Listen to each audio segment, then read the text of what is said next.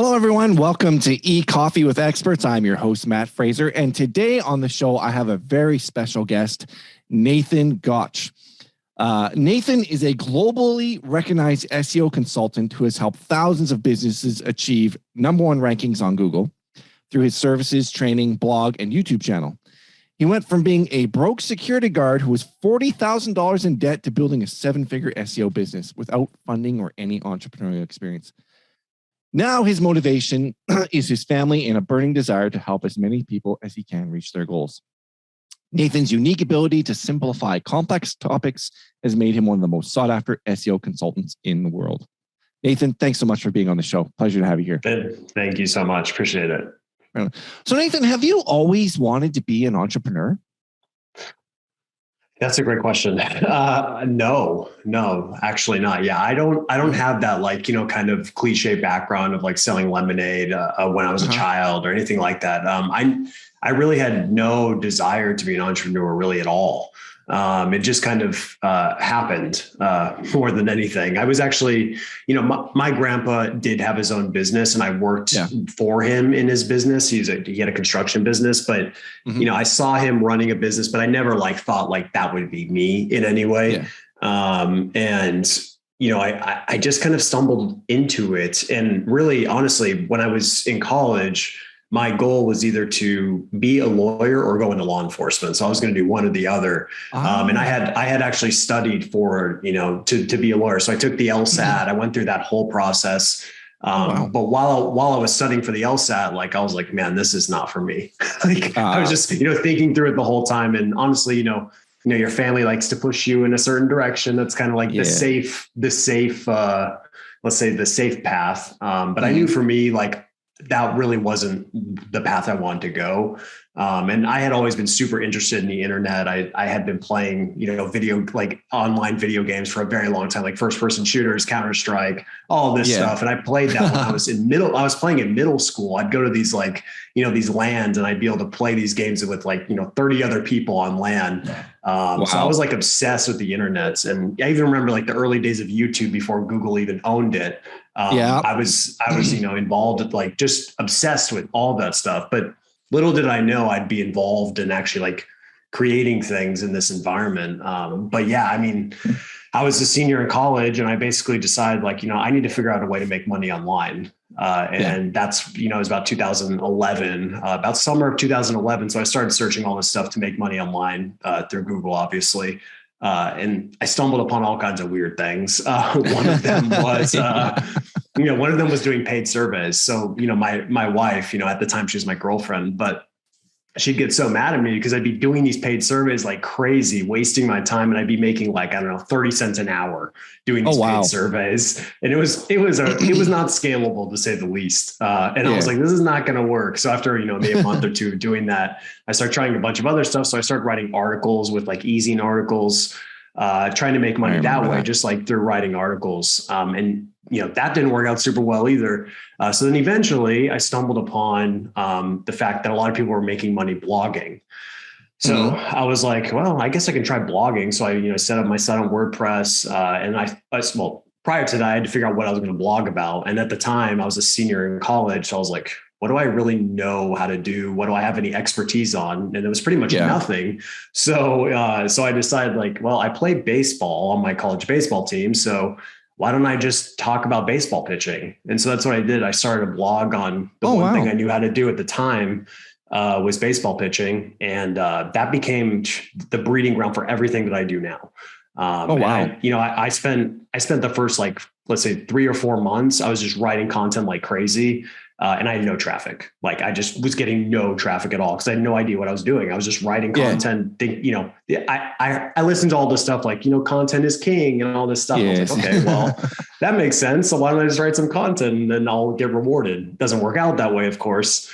So then I eventually stumbled upon SEO as a means to grow my traffic.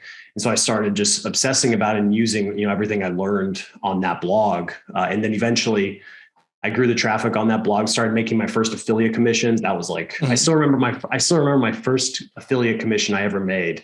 It was my senior year of college, and we were just about to go out to like the school was going to do like a big bowling thing. And I looked at my phone and I was like, oh my gosh, I actually made a commission. I was like shocked. It was like $47 or something commission. Yeah, but something. And that was all it took for me. I was like, I just proved that I can do this on my own. And that's all it took. I was like, this is it. Yeah. This is what I'm going to do. And I'm going to figure out, how to make money doing this in one way or another. So then, I built up that blog, and I just started creating blog after blog after blog. I had one of the under-counter ice maker reviews. I had, TRX reviews, Bowflex reviews. I just tried to go in all these different verticals. Some did better than others, obviously. But I've told this story before, if anyone's listening that's heard me talk about this before, but I was honestly creating the sites just to really learn SEO. Like I just felt like I wanted to get exposure to many different verticals. So then I would like really feel like I understood how to rank websites ultimately. Fortunately, it helped me learn. And then eventually I had gotten so good at it that I was like, well, I could offer this to businesses and they could pay me to do it. And then that's when in 2014, I got my first client. Paid me $100 a month. Oh, wow. So it's pretty brutal. To put in perspective, now my minimum retainer is $5,000 a month. So, come a long way since that point. But at the early stages, I was just trying to take whatever I could get, honestly. So that's kind of like how everything started, honestly. Yeah. So what were some hard choices you had to make in order to get from $100 a month as your first retainer to, frankly, where you are now, which is $5,000 a month? Oh man, so many hard choices. The first was while I was doing this, I was still working a full-time job, as you mentioned, a security guard. And I was doing, a subset of security, which is loss prevention. And I was doing it in Beverly Hills. I was just working at this kind of high-end store, and I would spend every single open minute that I had working on my online business. So, I lived outside of LA, so I had to drive from, my house, my mom's house, from, I'd leave at like 4:30 in the morning. I'd get to Beverly Hills to miss the traffic. I'd get there at about 6 or so. And then I would work on my online business from 6 to 9 before I had to go into my actual job. Oh, wow. And I would just work in Starbucks. I'm sure if I went over there, people would still know who I was because I'd be there every single morning working on my laptop. And then when I would have my lunch break, I would just go into Starbucks again and work on my online business during my lunch break. I go back to the job. And then this sounds kind of psychotic, but I would actually, when I would finish my work at about 5 or 6, I would actually stay in Beverly Hills just to keep working on it to miss the traffic. Because if you know LA traffic, LA traffic's insane. You'll sit 3 hours in traffic. So I was like, why would I waste my time? Like I could just stay here, get a little food, work on my business. So I'd work from like 6 to 9. And then I would drive back, home. And I did that for a year straight while I was building up the business. So yeah, that was like, it was so painful having to go do all of that I was like, this is the motivation for me to want to never do this again. My motivation was to never have to sit in traffic ever again. Like that was one of my key things. So then, most people would say this is a bad thing, but for me, I'm going to say, fortunately, I got laid off from that job. And I had to make a decision. And my decision was stay in LA and try to get a job and just keep doing what I'm doing, or just move to St. Louis to be with my current wife, who was my girlfriend at the time, and just be here. And I made the decision to come out here. And I applied for every SEO position in St. Louis, every single one. I got, I actually only got one interview. Only one person responded. Actually, only one company even responded. And they gave me an interview. I did not get the job. And so from that point, I was like, okay, I guess I'm going to do this on my own, because if I can't get hired, then I'm gonna have to get my own clients. So that's what I did. I just decided, like, I'm going to do this. So I just went all in, and I guess the rest is history, as they say. Oh, so, that's awesome. yeah. But I wouldn't recommend that for most people. Like I was it was a pretty intense thing to do. I mean, my funding for my business was a credit card with a $500 limit. Like that was it. Wow. That was it. So you were like, make it or break it. Exactly. Like you were backwards against the wall. There was like, there's no choice, no option. Yeah. And I was young too. So like I could take that risk. Like now I have 2 kids, I'm married, have a house, like there's a lot of like the risk levels are much different when you have more obligations. But at the time, my only like goal was just to not continue living at my mother-in-law's house. I wanted to get out of her house so I could be able to do my own thing. And my goal at the time was I only wanted to get to like 3,000 a month. So if I could get to 3,000 a month, I was like, man, I'll be the richest person on earth if I could just get to 3,000 a month. Fortunately, I got there pretty fast, and then obviously went up much higher. But I didn't have a huge goal. I just wanted enough money to be able to pay a little bit of rent and be fine. And fortunately, I did that. So yeah, that's background. So how did you go about getting clients? Like, what was your process for finding people to even work for? Yeah. So I did a lot of things. And the thing is like some of the things I did back then would not be applicable to today. Right. Yeah. So like one in particular, I got my first pool of clients from Craigslist. It's very strange. But I'd go into the gig section in, many different cities, and I would just look for people who were looking for SEO help. And I would respond to all these gigs. And I got some decent clients from that. Like I got my first pool of clients that probably got me up to like, I don't know, 5,000 or 6,000 a month, just from Craigslist alone. And then I went on to Quora. I started answering some questions on Quora. I got some clients from that.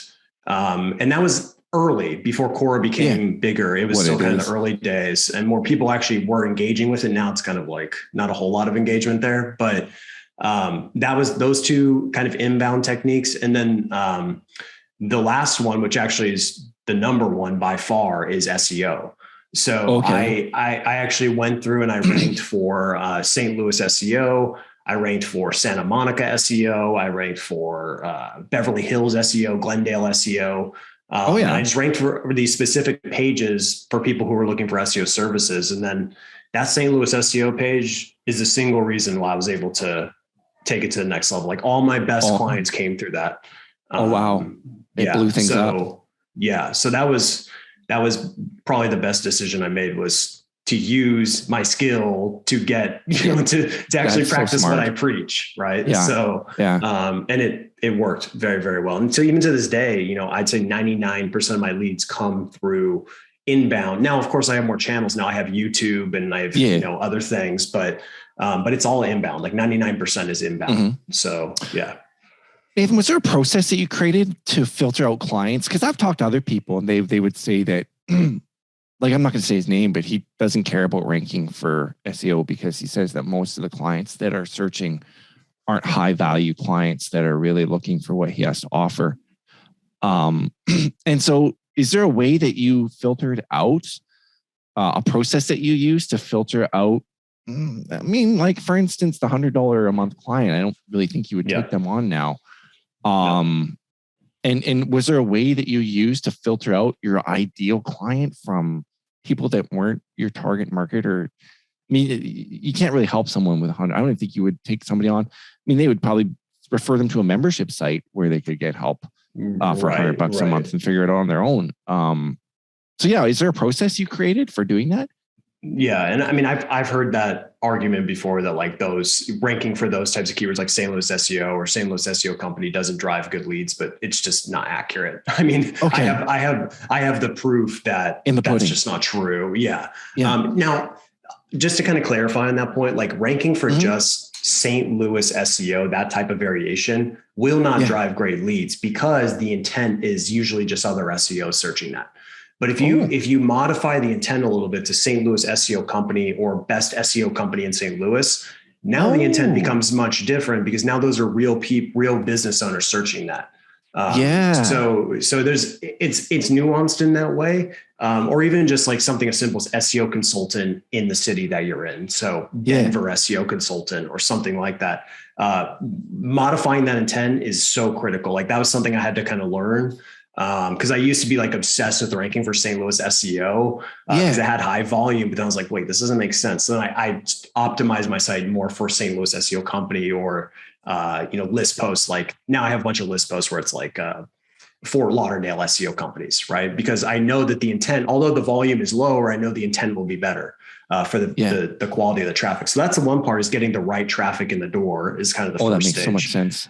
And then, as far as a qualification, I mean, the way I qualify now is very different than the way I would qualify before. In the beginning, I didn't care. Like, like whoever came in, I was going to take you. Like I did not care because my retainers were so low. I was at $500 a month, $1,000 a month. Like I was just bringing everything I can get, and not saying that's a good idea. I learned a lot from that. But in those early days, my qualification was like, can you pay me? That was my qualification. But now it's very different now. Like I'll only work in certain verticals now. I'll only work with businesses that are established.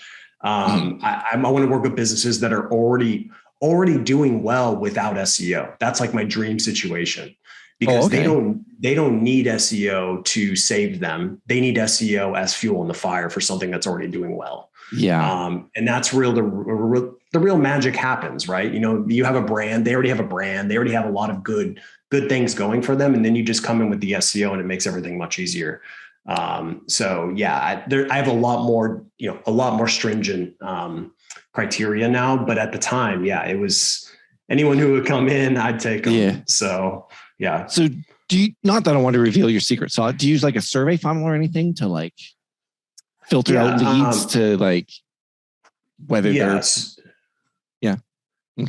I just use a straight application. So like if someone wanted to kind of reverse engineer what I do, I mean, you just go to Gotch SEO, you go to my service page, and it's just a simple survey, or it's really an application. I call it an application.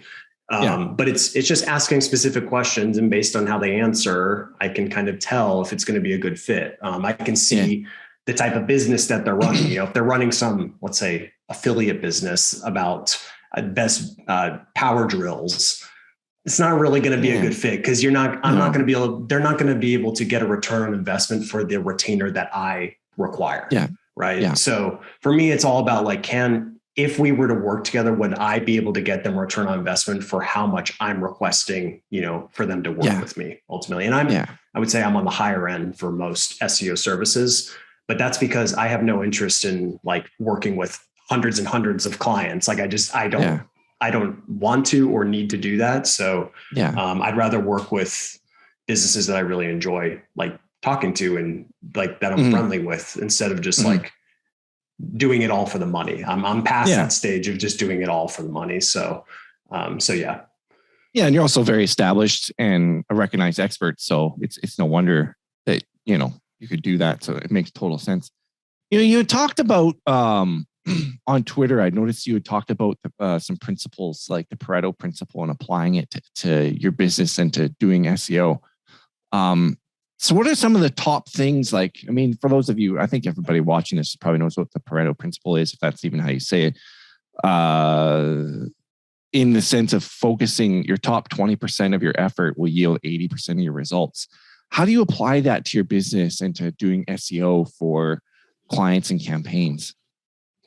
Yeah. So that's kind of a two-pronged question. So let's start with the SEO side of things, which I think will be the most applicable here, which would be, there's a lot of stuff you can do in SEO, right? There's a million different things that you can focus on.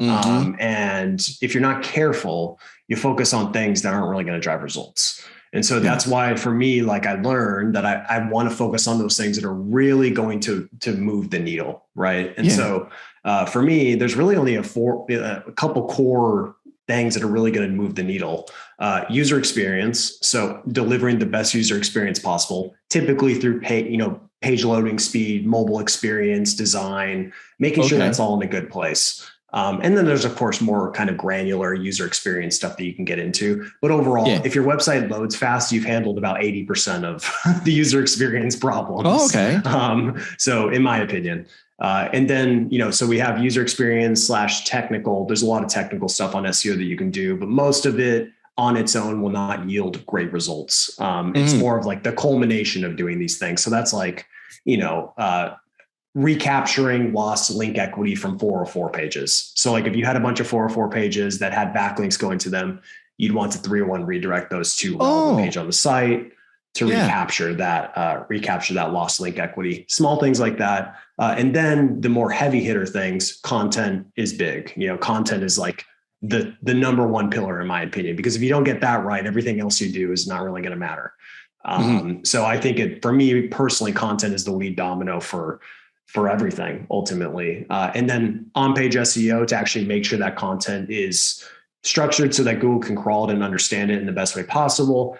And then of course, the biggest one of all, links, backlinks. So, those are like, for me, those are the categories, that 20% that like needs to get the most focus.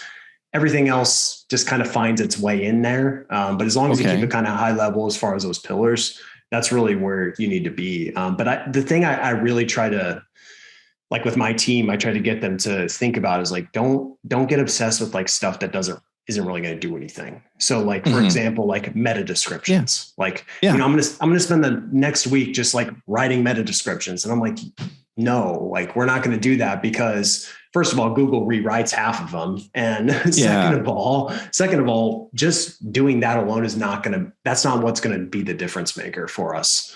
So, so it's important to know those things because otherwise you're going to invest your time in areas that aren't really going to move the needle. And when you're working with clients and you have a strict budget that you're working with, like you don't really have the flexibility to make a lot of mistakes like that. You need to focus on what really matters. You need to be able to drive results pretty quickly because the client they want results. Let's be honest. Yeah. So you can't be tinkering around with little stuff that doesn't matter. So that's where that kind of stems from, is like, I just try to focus on the high impact actions. And actually in a more practical format, like when we do our audits, we do paid audits. We'll take everything that we found and we'll put it in just simple categorization, level 1, level 2, level 3. Level 1 action means like you absolutely need to tackle this right away because it'll have a big impact. Level 3 action is like, if you get around to it, it might like do maybe a little, exactly. Yeah. Broken link, some broken links here and there, like, not going to do a whole lot on its own. So, yeah. Well, thanks for sharing that. Are there any SEO actions you talked about a few, the most effective, but are there some that are overrated? So for instance, you mentioned meta description, not focusing on this. Are there any SEO actions that you see people doing that are overrated or ineffective that overrated that people shouldn't focus on? Yeah. Like even in the SEO community. Yeah. Yeah. I mean, the thing is like SEO, like getting SEO results is not usually just one thing, right? Yeah. I mean, it's a compound effect of all these things that you're doing kind of at the same time. So sometimes it's difficult to even isolate what variable caused the performance gain sometimes. So yeah, I'm more focused on like what is known to drive the results and then kind of just ignore everything else. I mean, so I don't know. I'd have to think about that one. Oh yeah, I can think of one that people focus on a lot is like schema markup and microdata. Like there's people that like obsess about that. Like it's going to cause this big, huge performance gains. You can optimize schema and microdata all day, but if you don't have any authority, you're not going to rank. It's all like that on its own is not going to drive rankings. It can be useful as far as driving organic CTR once you're ranking. But if you don't ever get to the first page, what's the point? So exactly. So there are things. Yeah. And it's not to say that it's not important. Like, I'm not saying you shouldn't do it. It's just like, as far as being something that maybe some people obsess a little bit too much about, I would say that's in that category. Okay. So, fair enough. Yeah. That's interesting. So like on the scale of like a level 1 and level 3, if you don't have authority, backlinks coming to you and the authority, focusing on schema and microdata is probably not something to it's like, the classic thing of majoring in the minors, right? I mean, I try to avoid that at all costs. So and there's even some other stuff like on the local level, people focus on these like little micro things on the local level, like making sure that the images have like the keyword that they're trying to rank, or like in the file name is or in the title in the file name, or they're just trying to keyword stuff and like all this little stuff that doesn't really make a difference. Like the things that really make a difference, at least on a local level, reviews by far. Like you need to have a lot of reviews, and then your actual location, like your physical location that you're in, is what's going to drive the results. So you can do all these little fancy tactics, but if you're not in the location that you're actually trying to rank in, you're already fighting an uphill battle. So in other words, if you don't have a physical location in the location that you're trying to rank in, for instance, St. Louis plumber, if you're not in St. Louis, you're maybe like, for instance, I don't know, I'm not familiar with the area. I'm more in my area, but outside city. Yeah, like a little town that's outside of, or city that's outside of that local area. Good luck ranking. Exactly. Yeah. Cause I mean, that's the first step. Like you just need to have an address and location. If you don't have that, you're trying to dig yourself out of a ditch. So it's not going to matter, what you do ultimately. So you said one of those cities was Chesterfield. Is that what I heard? Yeah. Yeah. That's so if someone was in that city, what would you recommend they do? Like, for instance, do satellite, like virtual office addresses? Is that something to consider, or is that, or do you literally need to get, excuse me? Yeah. I mean, I'd first focus on where they actually are located. So if their physical address is in Chesterfield, but they're trying to get clients from St. Louis, I would say, well, first, let's just dominate Chesterfield first before we start thinking about St. Louis. And then any other surrounding cities around it that maybe we could capture because it's not super competitive. But as you start venturing into the metropolitan areas, it gets more competitive, which you can't really play that game. So you need to have an address. How you go about getting an address, obviously there's a lot of debate about that, but fair enough. The general rule is you need to have a physical address in that specific city that you're trying to rank in that area. So, and like I said, that's kind of like, that's just to get into the arena, that's like, exactly. So that's the bare minimum. Yeah. Hey, what do you think are the best long-term strategies for effective SEO? Long-term? I mean, I guess, so everything starts with short-term and then goes into long-term. So short-term would be make sure the site is built well for users. If you do that well, that's kind of a one and done activity. You should still audit, every 3 months or so to make sure things are still clean. And because sometimes websites over time just start to collect some nonsense. So that's kind of the first thing as a foundation. But long-term, I mean, it just becomes a game of optimizing existing pages, creating new content, and then acquiring more backlinks. So you have to do that consistently over time. And I wish I could say there's an end to that, but it's just, that's what we do every single day. With our clients. I mean, we'll optimize existing pages that they already have, early on, but once those are optimized, then what we're left with is just, we need to accelerate our content publishing, targeting new keywords to bring in new organic traffic, and then, make sure we're supporting those new pages with links. So, and that's just a consistent month-to-month thing that has to happen. So is there a formula or a process you use for determining how much content a client should create on an ongoing basis?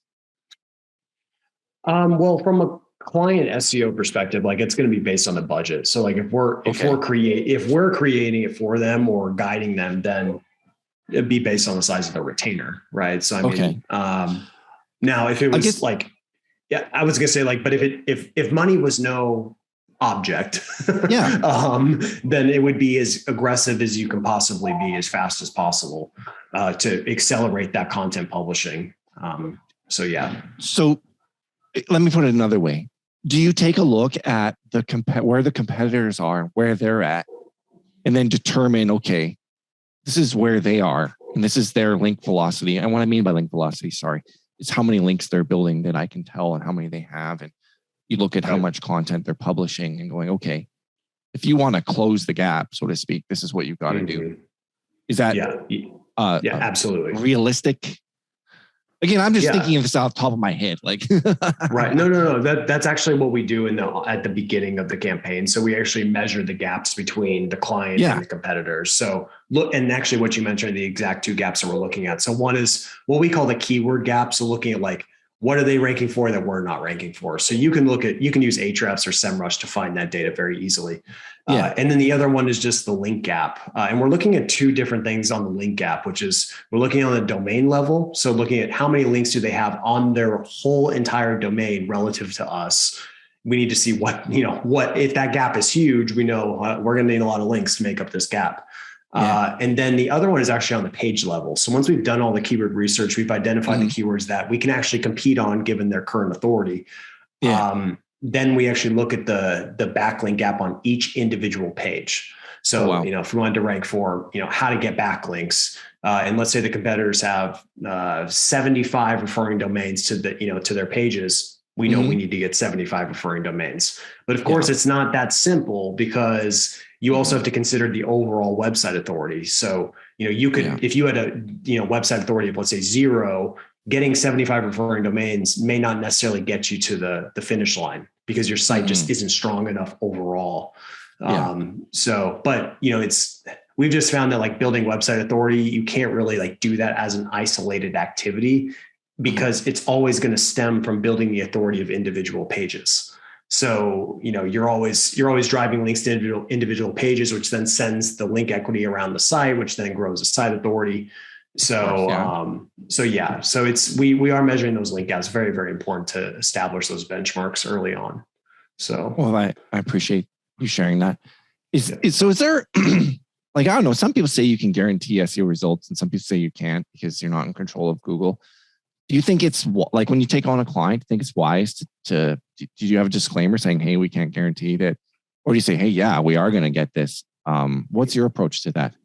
Yeah, I mean, I don't personally guarantee results just because legally it doesn't really make sense. I mean, it's like an investment advisor guaranteeing returns in the market. I mean, yes, that's a smart way to put it. Yeah. I mean, they can't do that. Even if they have a formula that's been proven to work for many, many years and many decades, you just can't do it. No. So, and obviously the SEO industry isn't as regulated as the financial services industry, but maybe it should be in some ways sometimes. But yeah, I mean, I don't guarantee it. But the truth is like, I mean, I believe with any budget, you can rank for pretty much anything. As long as you have the right budget, you can do it. But I mean, depending on what we're talking about here, right? If we're talking about payday loans, you're going to need a big budget, $100K per month or more to really even make a dent.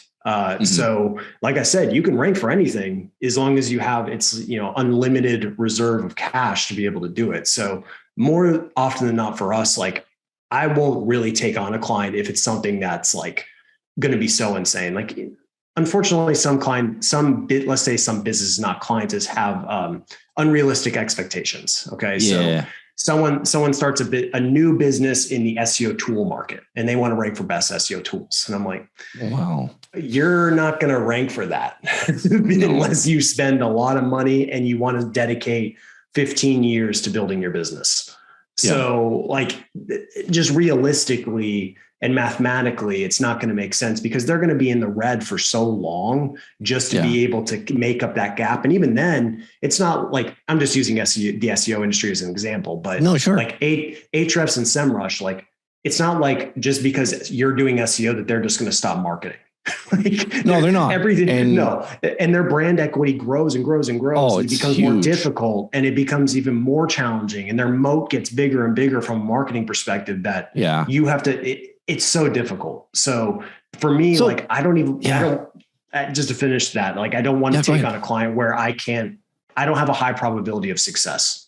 So, So then with that being said, like the internet's been around for quite some time now and link building in general, like though you mentioned SEMrush and Ahrefs, like, is it then become like, there is absolutely no way like to go into that market? Like those markets are too guarded, too unpenetrable, too like, think of another business idea. Is that? Yeah. I mean, I think there are certain markets where like you would have a death wish trying to go into them. I do think that and the thing is like the SERPs are always fluctuating. So, maybe not to say, but maybe an SEO tool goes out of business. So now that opens up there's other ways that competition can change, not just outside of SEO, but like, Moz at one point was the dominant force as far as tools. They were ahead of everyone. And now we've gone down a few notches. Not trying to say anything negative about them, but I'm just saying as far as like the two other big competitors have come in and really kind of taken over. Now it's like Ahrefs or SEMrush. Like they're the dominant players. Moz is still here, but I think they got acquired or something by some other company. But yeah, I mean, things change from a business environment a lot. So that can change the SEO environment too. But yeah, I mean, there's certain verticals where like you need to have a big bankroll if you really want to get in there. And it's not just the bankroll too, like it's the time. You need the time too. Like it doesn't matter if you're investing millions and millions and millions of dollars if you're not willing to invest that time too, because you need both. And aren't many companies that have that, honestly. So especially startups where like some of them don't even have a ton of revenue.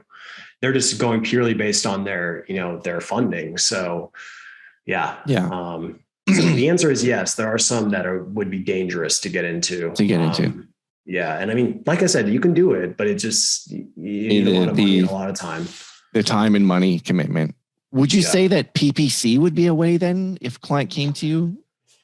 Would be a recommendation, or even then you need budget. Right. Well, and also, a competitive vertical in SEO is probably going to be a competitive vertical in paid too. Yeah. So, it's like, it's the nature of entering competitive verticals just in general. I mean, it's always going to be based on the budget that you have at the end of the day. So, I will say this, there are ways to break into verticals, let's say through the back door, right? So the worst thing you can do is like, let's say let's stick to this SEO example. You create a new SEO tool. It's revolutionary. You can go the hard way and just be like, we need to rank for best SEO tool or SEO tool or whatever. That would be a very difficult path. Or you could take one little feature that you have and try to dominate, that is what like instead. So like, let's say you had a keyword research tool within your broader tool. Might be a little bit easier to go after a keyword research tool, or maybe SEO competitor analysis tool, or something that's a more subset within that vertical. You might be able to make a dent. So like, for example, Surfer, the on-page SEO tool, they did that. They've done that really well. They focused in on page SEO. They didn't try to compete with SEMrush or Ahrefs as a broad tool. And they're doing extremely well. So it can be done, but you really got to niche down when it's a super competitive vertical. So What do you think about Surfer? Like, is it a tool you recommend? Yeah, I'm a pretty big advocate, honestly. Disclaimer, I am an affiliate of them, but it's also because I actually use their tool every single day. My team uses their tool every single day. We use it with our clients. It's integrated within our process as far as optimizing content. So I love it. And everyone has their different opinions about the different on-page SEO tools out there. There's about 5 or 6 that are doing pretty well right now. But I don't know, maybe I'm just set in my ways. I like their interface. I like the way it is. I think it does a job well. So it's a great tool. There are others that are, Hey, what is a commonly held belief about link building that you passionately disagree with? Wow. About link building. There's a lot of beliefs about link building out there. I mean, there's some common ones that most people would probably agree with, like more is not better, sometimes. So I think sometimes we get in this idea that we need to get as many links as possible, and like quality doesn't really matter sometimes. And that's a dangerous path to go down. But it's also, there's the reverse of that where like people take it overboard and then they only try to get the best links possible. And that's also a mistake. So for example, like some clients will be like, we want to get links on Forbes or Huffington Post, and I'll be like, okay, we can get those links, but I'm telling you, like, you're going to pay $3-4 grand to get that link when we could have gotten you, 100 referring domains for the same price. Yeah. So I would take 100 referring domains any day of the week over one link from Forbes. Any day of the week. So you got to know the differences there on that front. But yeah, I mean, then there's all kinds of stuff about old link building practices that people still use. I mean, people are still using Web 2.0 links. There are people still using profile links. Like that stuff can work short term, but for the most part, it's pretty ineffective these days and dangerous. Okay. Yeah, I mean, you wouldn't believe the amount of penalties I've gotten removed for Web 2.0 links specifically. Like Google literally said to us, like, what is the reason why you're penalized is because of these links. And they showed all the Web 2.0 links. So like I've confirmed that is a manual action trigger. So, and we've got tons of penalties removed just by removing those links out of the profile. So yeah. Wow. That's amazing. That, yes. People are saying that, because I know one prominent SEO who talks about using RSS feeds to syndicate your content to Web 2.0 sites. And so as long as you're claiming your brand and using your brand in the Web 2.0 sites, because it looks quote unquote natural, but you've seen the opposite where it's been a manual penalty, or is it just... I mean, there's nothing wrong with syndicating content across your owned assets. Okay. So like if you own the assets and it's under your brand, that's fine. That's not going to cause any problems. Oh, okay. What is more concerning is when you go to, let's say, Wix and you create Los Angeles plumber.wix.com, that type of stuff. Where it's like clearly keyword rich, clearly an attempt to manipulate Google. And I won't name names, but there are some SEO link building providers out here that provide these Web 2.0 links. And basically they're so easy to identify at this point. Like if I can identify them, Google clearly can, but what they'll look like that. They'll be, bestseotool.weebly.com. That'll be, and then the actual page will be some, auto-generated article about the best SEO tools, and then they'll jam a link to the client, a link in there, a link to Wikipedia, and a link to whatever. And it's always the same format because it's pretty much like all systemized. So, and those are super easy for Google to identify. Yeah. So, so what you're saying is if you use like exact match keywords in those Web 2.0 sites, which, it's obvious what you're trying to do. But if you use your brand, so for instance, Acme supplements, just made that up. Yeah.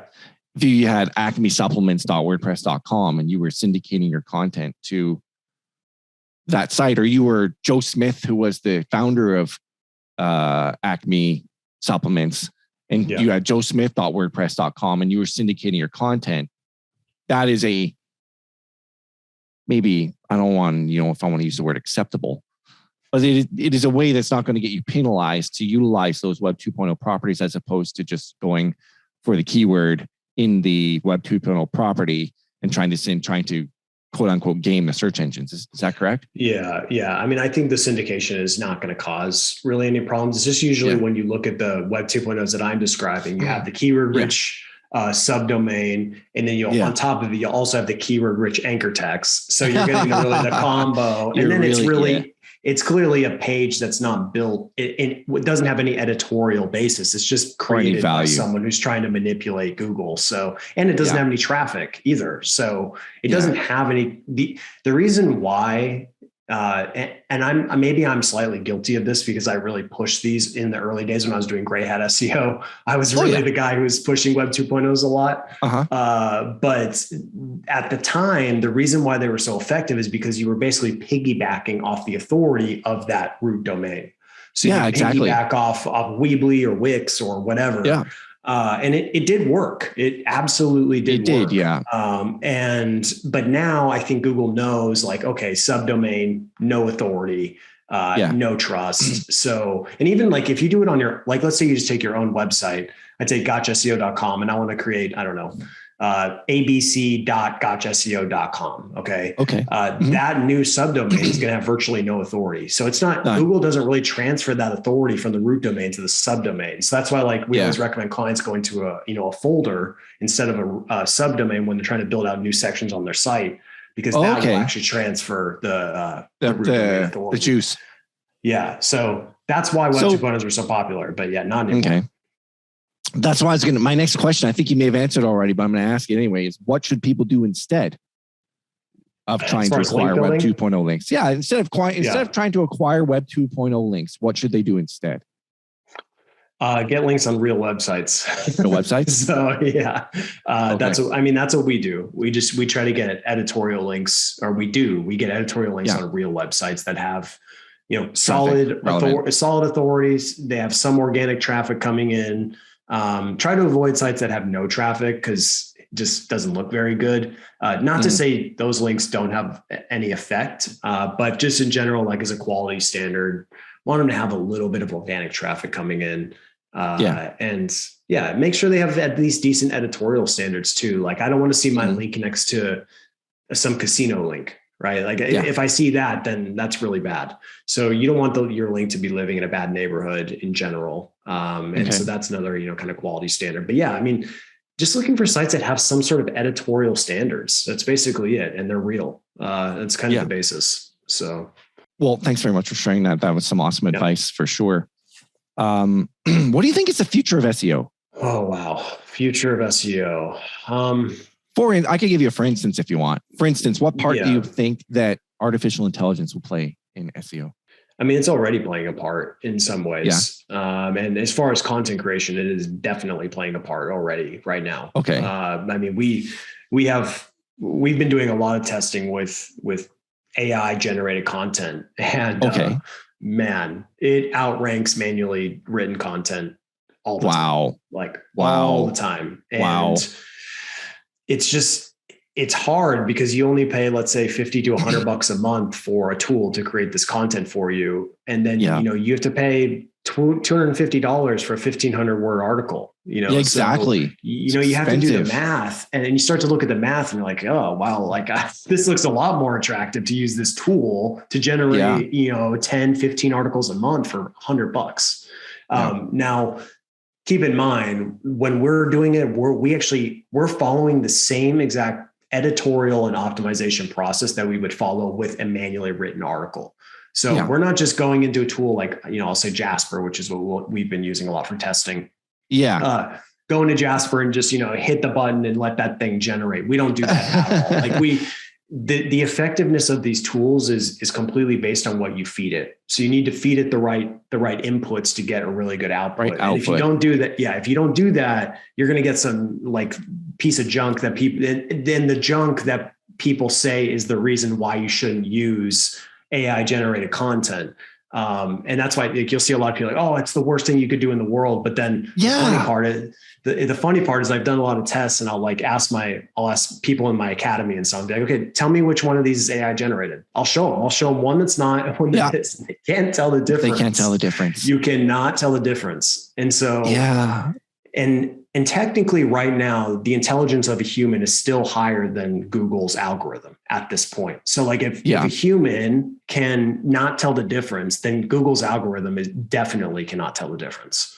And so that's one thing that I think is going to have a huge effect. And it's here. It's not even coming. It's already here. Yeah. So it's just some people, it's like, anyone can drive a car, but not everyone's going to be a NASCAR driver. Right. Yeah. So it's just, so it's the way you use the tool that delivers the results. So, I don't know why I can't remember his name. Forgive me, all you SEOs out there, but the SEO guy for Google, he was saying how, that is regarded as spam and is against Google's terms of service and so on and so forth. And I'm thinking in my mind, how the heck are you going to figure it out? Like, I've used these tools. Full disclosure, I've used Jasper as well. I'm using it on a site that I'm working on right now. And without Jasper, I would never have, the content on this site is amazing. Like, I'm not trying to puff myself up because I didn't make it, but I did figure out what you said, put in the right inputs to get the right outputs. There is absolutely no way that I ever in a million years could have written content this good, nor could I afford to hire a copywriter. In fact, one article was written about Jasper where it was on a very good website, editorial website. I can't remember what it was, but if we knew the name of it, we would recognize it. And he wrote the article and he wrote the beginning using Jasper, and he took it to his editor, and she's like, this is better copy than some of the writers. have brought to me. Like, this is amazing. And then he wrote the rest of the content manually. So it's like, I've heard people say that it's BS and you shouldn't use it and Google will be able to figure it out and blah, blah, blah, blah. And I think those SEOs are doing themselves a big disservice would you agree? They're doing themselves a big disservice by disqualifying tools like Jasper, because it's here, like you said, it's here. And do you think that AI is going to open up the door for, okay, so there's so many things. Do you think it's going to open up the door for more content to be created? Yeah. Like, is there going to be an influx of content created? Therefore, links are going to be, there's going to be more links. It's going to be created more competitive. Like you were talking about the moat before with SEMrush. Like, it's going to build their moat even bigger if they decide to use those tools. Or can it be used, here's another thought, to catch up even faster, to narrow that gap even quicker? Yeah, I mean, we could dedicate a whole episode to this, just this topic alone. I would love to have you back on. Yeah, but there's so many nuances to the discussion on why people like it and don't like it. So there's an obvious group of people that do not want AI content to succeed, and those are writers. Okay, so they will lose their jobs, and they're going to lose their jobs. I think I've posted this on Twitter before, but like, if you're a bad writer, these tools will replace you. If you're a bad writer, if you're an exceptional writer, these tools are they're not there yet.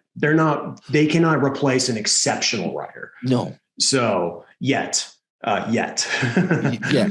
would you say that if you're a good writer, you could use these tools to fast track your writing? Absolutely. Yeah. For sure. Like, I showed Jasper to a friend of mine who's a very established copywriter. I'm not going to say his name. He wrote the copy that sold a very famous copywriter's house and other things. And he saw it, and for a project that we're working on, and he's like, "This is amazing." His words, how the hell is it doing? How the hell is it doing this? Like, we created a headline that we would have put hours into thinking. And Jasper just popped this amazing headline out. We're like, holy smokes, this is incredible. So yeah. I mean, I'd say right now, the only thing, there's a lot of things it can't do. And one of the things it can't do right now is replace, like you mentioned, direct response type of copywriter. Like a really good direct response copywriter, they're going to have jobs for a long time, because they just add such nuance to their writing that you just can't replicate. Like just the way they write is so unique that an algorithm at this point couldn't replicate it. Now, maybe in the future they could, like, with the AI, they could input Frank Kern's writing into the AI, or they could input Dan Kennedy's writing into the AI. And then all of a sudden, that'd be amazing. So like, that's what I'm hoping in the future, because then what if you could create copy that would sounded just like Frank Kern? Oh my gosh, this is amazing. We should have you back on to talk about this. So I geek out about this stuff, but it's just it's fascinating. So like, can you imagine if they created a formula? Like Jasper has a formulas, or whatever they call them, templates or whatever. Can you imagine if they created a template based off of Dan Kennedy's book, Ultimate Sales Letter, the Ultimate Sales Letter formula? And you put in the inputs, and it flipping writes the copy based on like, they took Frank Kern and Dan and Joe Polish and all these copywriters, Joe Sugarman, Russell Brunson, Ted Nicholas, all these people, Ryan Dice. I mean, the funny thing I found in studying all these guys, the common thread, do you know what they all lead back to? You said his name already, Dan Kennedy.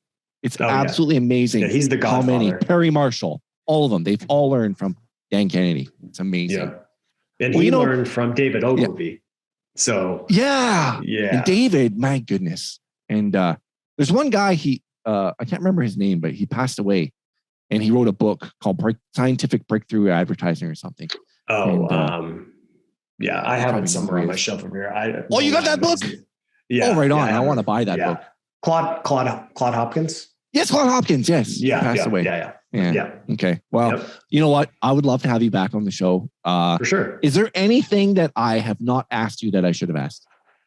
Oh man, no, you've asked a lot of good questions. Oh, So fantastic. I think it's we can dive into any of these topics maybe more in the future. But Sure. yeah, I mean, the Absolutely. question about AI is a good one. There's some Yeah. stuff on the horizon that's going to be pretty game changing, and I think it would be, like you said, it would be a big disservice to not pay attention to it, or at least Yeah. explore it.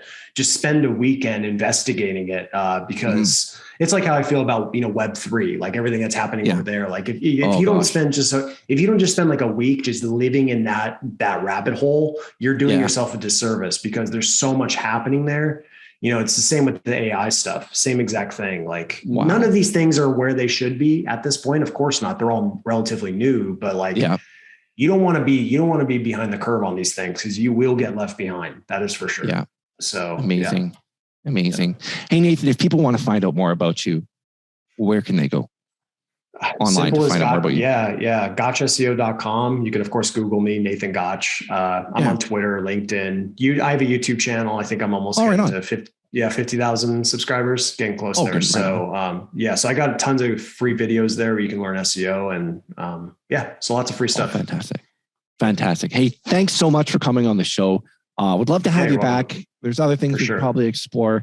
Been a pleasure. And thanks again. Really appreciate you taking time out of your day. Thank you so much. I appreciate it. Right on. Right on.